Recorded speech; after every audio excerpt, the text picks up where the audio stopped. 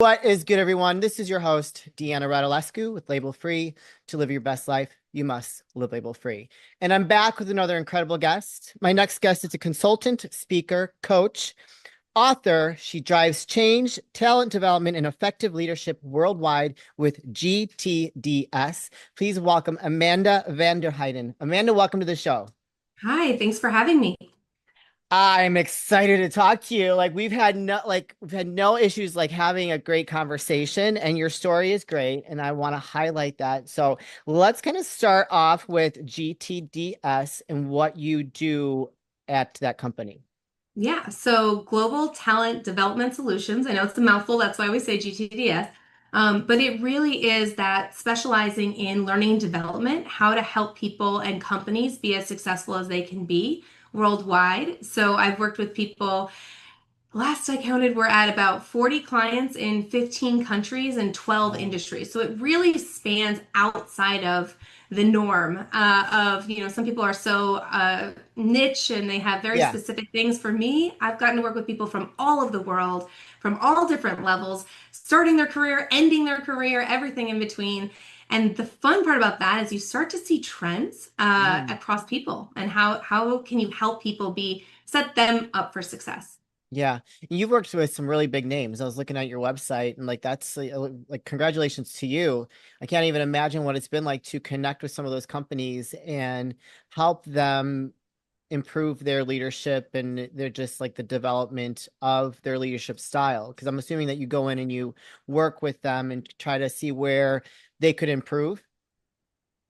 Yeah, absolutely. So even when I first started, my very first job right out of undergrad, out of college, was with a huge organization. It was actually with Morgan Stanley. And I was so surprised starting off back in 2008 with them and that was a pivotal time and change, obviously, but just seeing some of these companies and back then we weren't doing video conferences. They couldn't see my face, Yeah. right? And so a lot of times I was working with leaders from all over the world without having ever actually been in the room with them. And so one of the biggest compliments I always got, especially very early on in my career, was, wait a second, you're the person who's been telling me how to run my business and be better to my Yeah. people. And I'm like, but is it working? A Yeah. lot of times especially early on, I do have a baby face for those of seeing me. Yeah. But I have 20 years of experience, don't be fooled. And so people are always surprised by that. But I'm saying it's not about and I tell this to across for all of you listeners out there. It doesn't matter how long you've been in an industry or not been in the industry, you can add value right away. And just by sharing your perspective. If you're fresh, that's great. You're new to it, you're seeing it with fresh eyes. If Yeah. you're 20 years in, great. You have perspectives of trends. And so there's always value people can add. So I will say that, especially early on in my career, people are always blown away. And still sometimes I get this where they're like, wow, I didn't and people have always said to me, like, how are you, like, a lot of these organizations have such large companies, so many leaders, it's so hard to get anything accomplished. How are you always consistently Yeah. getting results for these people? And part of that is the fact that we work, it's about the result, it's about Yeah. the impact instead of, how do you cut through that red tape? And I've always been good at cutting through red tape. That's awesome. Um, that's good. They need people like you, right? That can help them with that because I think that when they're in that position, they kind of lose sight of the big picture. And so, I mean, especially in today's world. So when you started versus to where things are today, how has the leadership style needed to change and evolve that you've helped companies with? Because it's had to. It's had to change with the times. Oh, absolutely. And I will say one of the biggest things is the awareness. So even if you're looking like 20, 10, even 10 years ago, the awareness that people had over certain things, only certain groups knew about it, right? Yeah. Maybe HR, maybe L&D, which is learning and development groups knew about this. Some people just did it naturally, but in today's world, even like the layperson is very familiar with servant leadership and Yeah. situational awareness. And so a lot of the vernacular and like the wording that people use and the understanding behind the different leadership styles, that's been a big change too. But I would say, and I'm sure a lot of people would say, that COVID, the pandemic, actually really highlighted something that people who have been in the industry for a long time already knew, but Yeah. it really emphasized what good leadership versus poor leadership looks like, right? Oh And yeah. I think what a lot of companies found and are still finding, as some people return to office or continue to keep remote, flexible schedules for their people worldwide, it's funny that the best leaders are the ones where they kind of intuitively know this stuff, but they Yeah. really practice what they preach and they focus on communication. They focus on people first, Yeah. right? And I think that a lot of the problems that a lot of the larger organizations experience when they went work from home for the first time, it was showing what was already there, but it was Yeah. magnified. Oh yeah.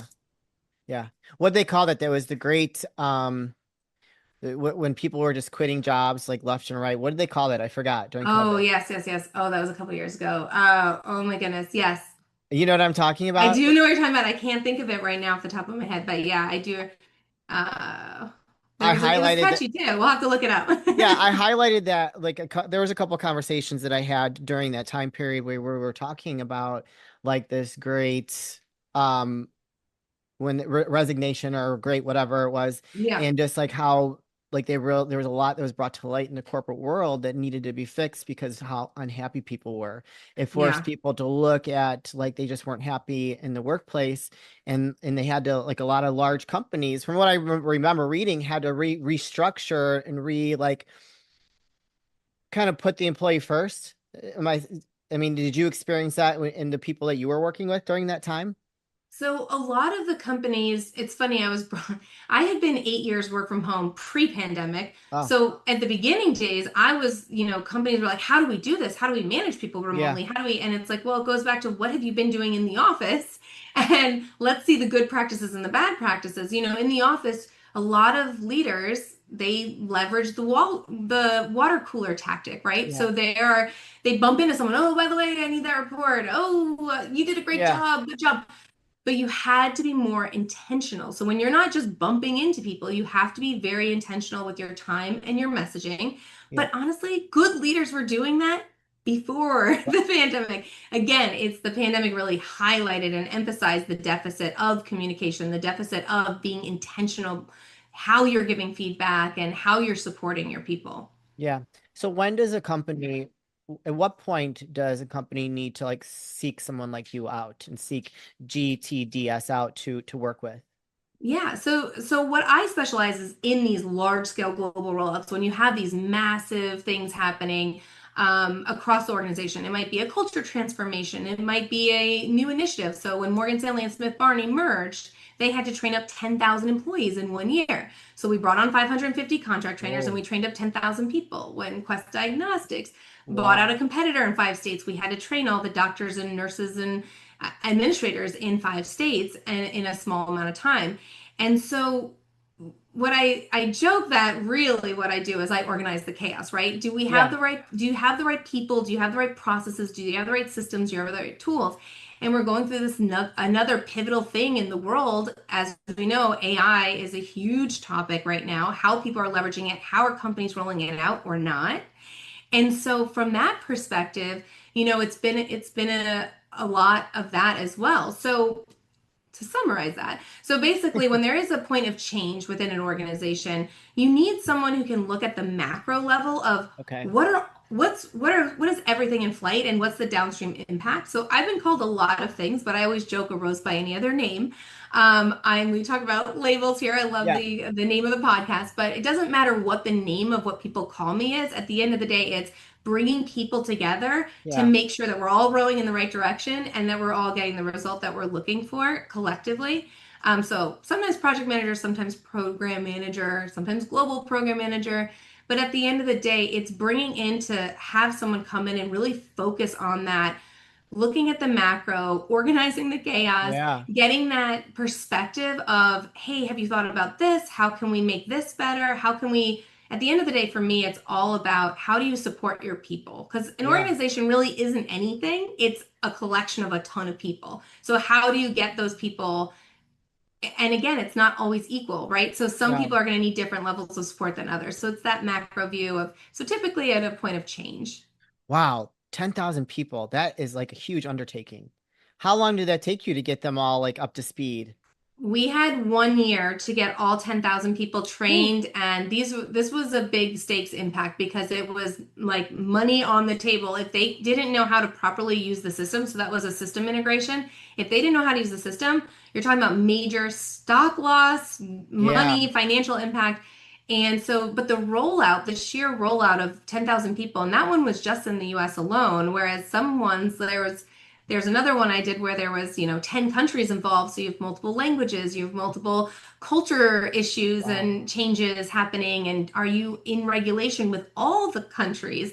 Because there's also legal part of it. So again, it's that looking through that bigger lens. And one of my favorite ones was a smaller one. It was 3,000 people in 5 countries. And it was going through this major culture transformation of their values. They're like, what do we So value as a company? hold on. Just so that the audience knows, like, what is a culture transformation? What does that Sure. mean? No, great point. So the culture transfer, that one was they are in the pharmaceutical world. And in the US and the pharmaceutical world, there's been lots of lawsuits and all of that fun stuff. So they were going through a lot of friction. And so what they identified was we want to roll out, we've grown too fast. So culture transformation means a few different things depending, but for this specific case, they had grown really fast. They were dealing with a lot of different situations at the time. And they said, we need to go back to basics and figure out what are the 5 values that represent our company? What are the five Yeah. values that are really what we want our people to exhibit, to live, to breathe? And Yeah. how do you roll that out across 5 different countries where a word might mean a different thing in a different culture, right?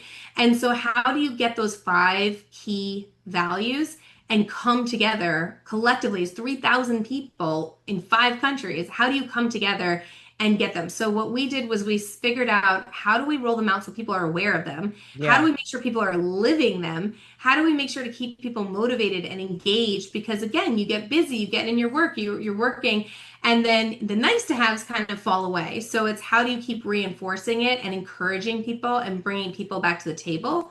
And are our people, I say our, but it was the client. But Yeah. when I partner with people, Well, so I yeah. I become mean, I part think of the when you take on a team. project, you kind of own it Yeah. a little bit. How are Yeah. we living that? Do we Yeah. really embody those values, and how do we keep people motivated? So for that one, the culture transformation was they wanted to go back to basics and identify could people even name it? You know how a lot of companies have like a tagline, like they Yeah. have their Mission whatever statement. their tagline is. Yeah. If you asked a layperson, like any person in the company, okay, can you tell us what our company mantra is?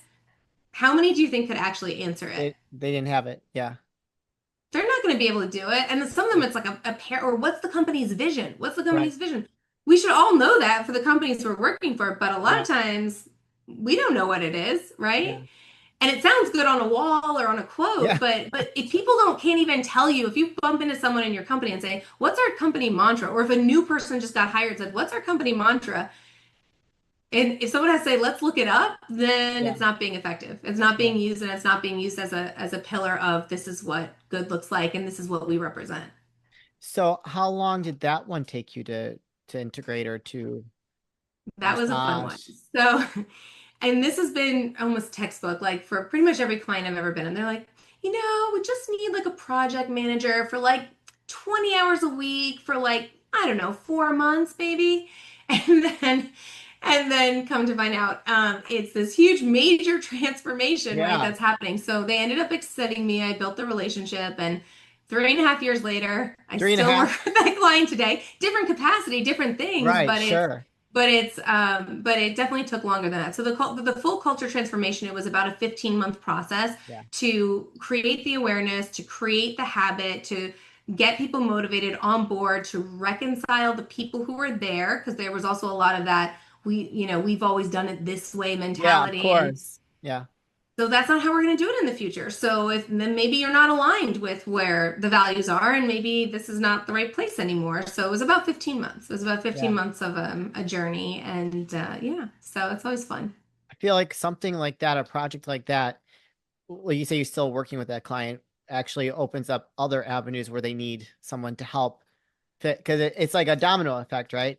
Yeah. Once you like do this cultural transformation, then you uncover other areas that need Exactly. massaging or whatever you And want now to. what? Yeah. Yeah. And so it's like now they maybe uncovered other things that they need to work on. So I feel like when companies are starting to better themselves and create a better environment for their employees and their teams, that there are going to be things that they're going to find out along the way.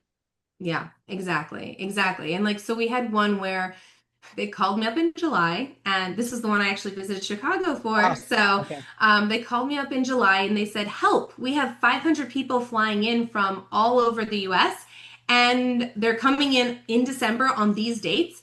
What are we training them on?" I said, "Okay, Whoa. that's a little backwards, but okay, we can do that." And so, Yeah. I was like, rolled up my sleeves. All right, let's go. Like, let's figure out where are they now? Where do they need to be? What can we pull together? They had a 4-day event that they were pulling everyone in.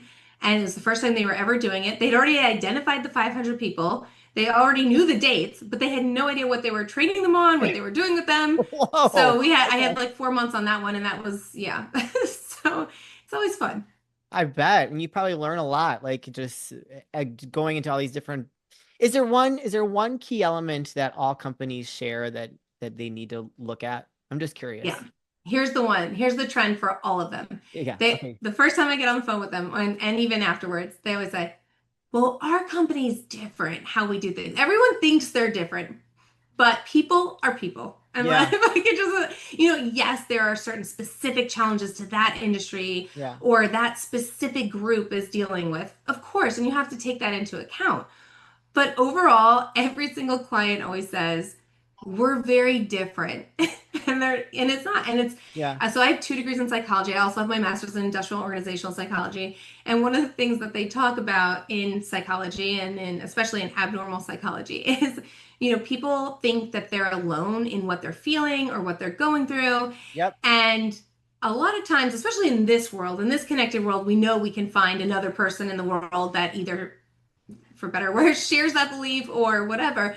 But you're not alone. Your company is not alone in the problems you're solving. And there is so much transferable skills that comes from, a lot of times they'll say, "Oh, oh, well, I see you've never worked with healthcare," which I have, but I would, "Oh, healthcare is very specific." At the end of the day, people are people. And so I would say the one common thing is everyone thinks they're different, Yeah. but they're not as different as they think they are. Yeah. Yeah. I would agree with that. I don't.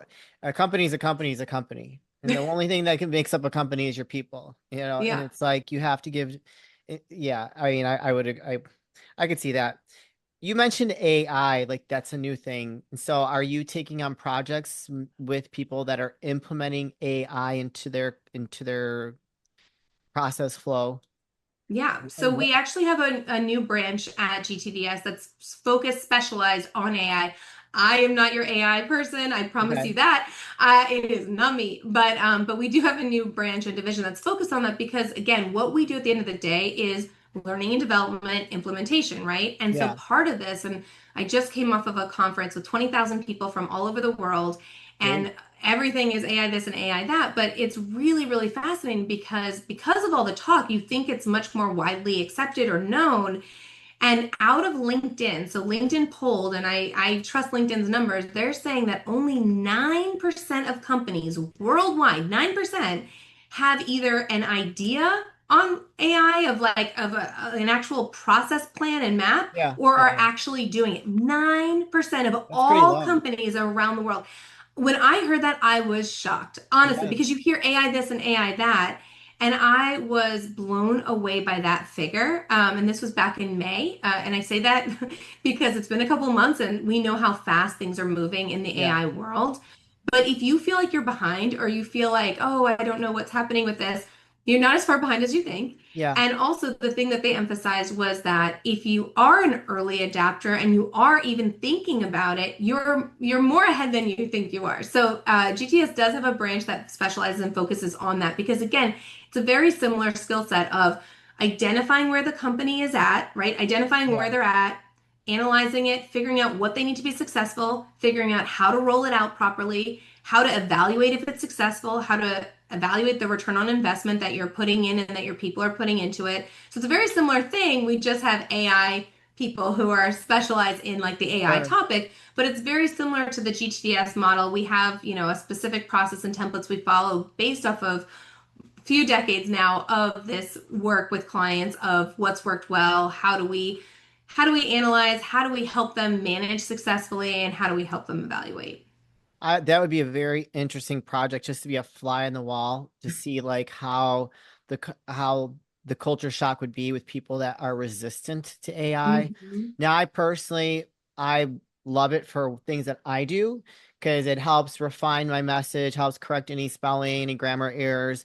And like I've really embraced it for workflow for the things that I do, but I'm in the media, so it helps me. So but I know that a lot of people are very scared of it and very resistant. So, you have many different generations of people in a company.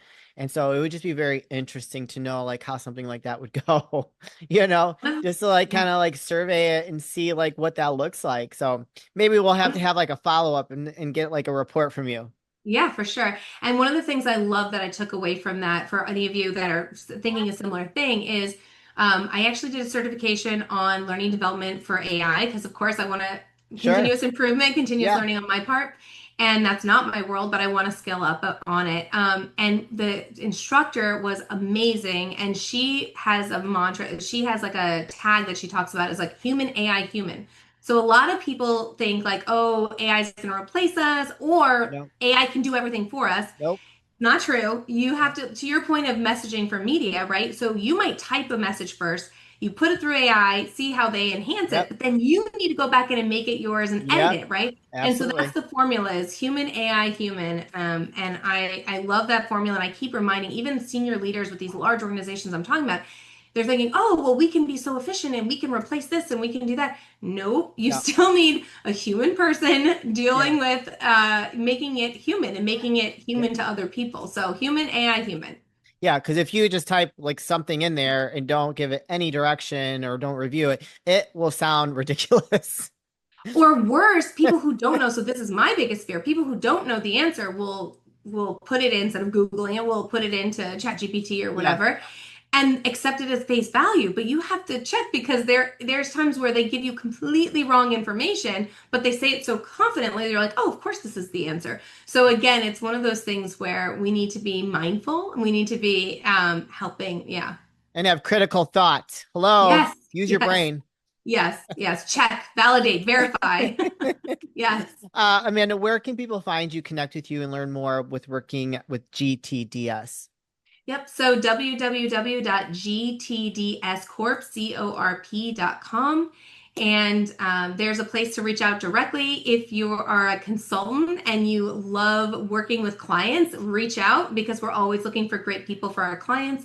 Okay. If you're a potential client where you're hearing what we're talking about, you're like, oh, we could really benefit from some analysis and strategy, would love to connect with you and see how we may be able to help you and take you to the next level. Yeah, I love it. I think it's awesome. Congratulations on all your success and what you're doing to improve companies overall with culture, process, leadership. I think it's great. I don't think that we could ever get enough help when it comes to that because people are just get so lost and they just kind of forget what it means to value their employees and you know what I mean? Like it's shocking in 2025 we're still having leadership I'll problems. Like have come this on. conversation. And that's the funny thing is that, I really don't see it as, yes, I help companies, but I don't see it that way. I help people.